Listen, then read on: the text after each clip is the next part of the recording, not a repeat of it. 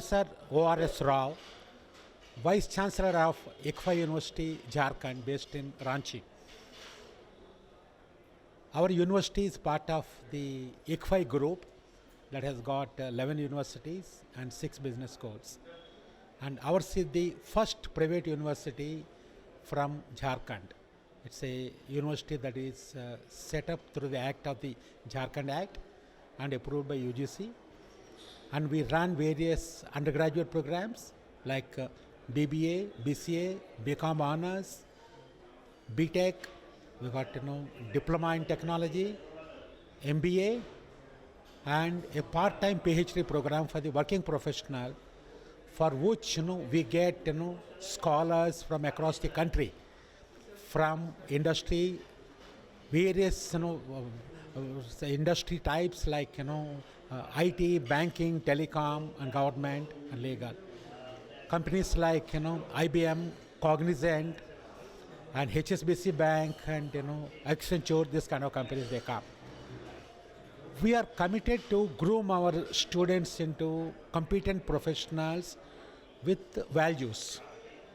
That is, we impart not only knowledge, skills, that is both hands-on skills and soft skills, but also we help in building character.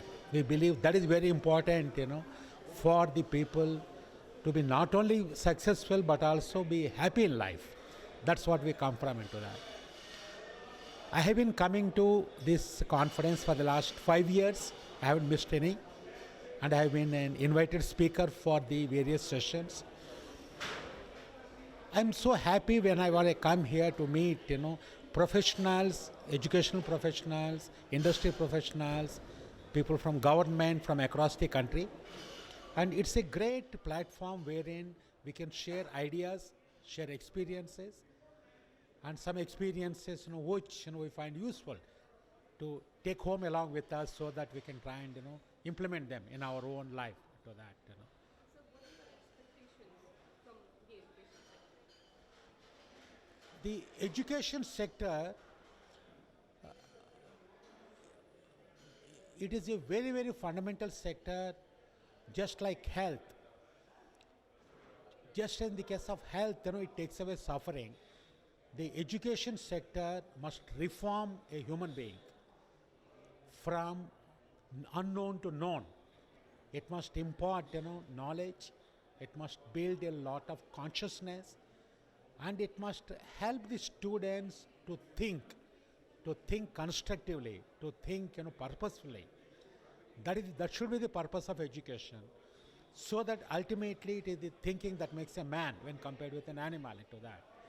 Apart from the thinking which will help somebody to think, use the thoughts in his day-to-day working, so that he can make a living, the education also must make him a man, a good human being, a person with good values and ethics and a good character, so that he can serve the fellow human beings, and the person must serve the society as a whole and must take care of the nature.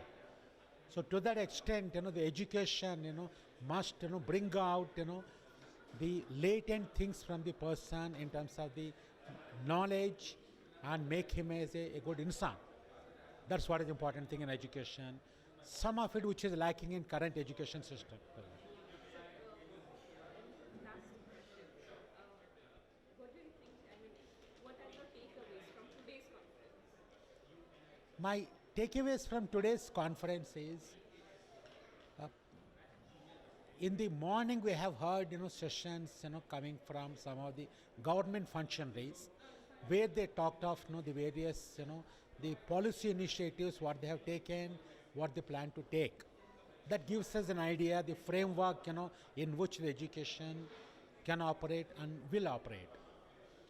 In the subsequent sessions, we have seen on the imperatives for the higher education to become international, crossing the boundaries of not just the states, countries, so that ultimately the stakeholders get benefited in terms of getting the global skills, and also getting opportunities not only study abroad but also to work anywhere in the world.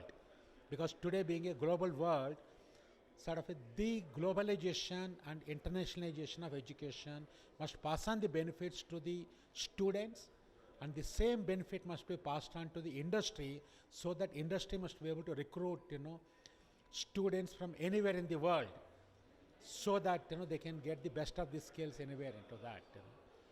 And after that we have seen a session with regard to the industry interface and how the industry and academics must work together for the betterment of both of them. And the last session I have attended, where I was one of the keynote speakers, was with regard to the research and how to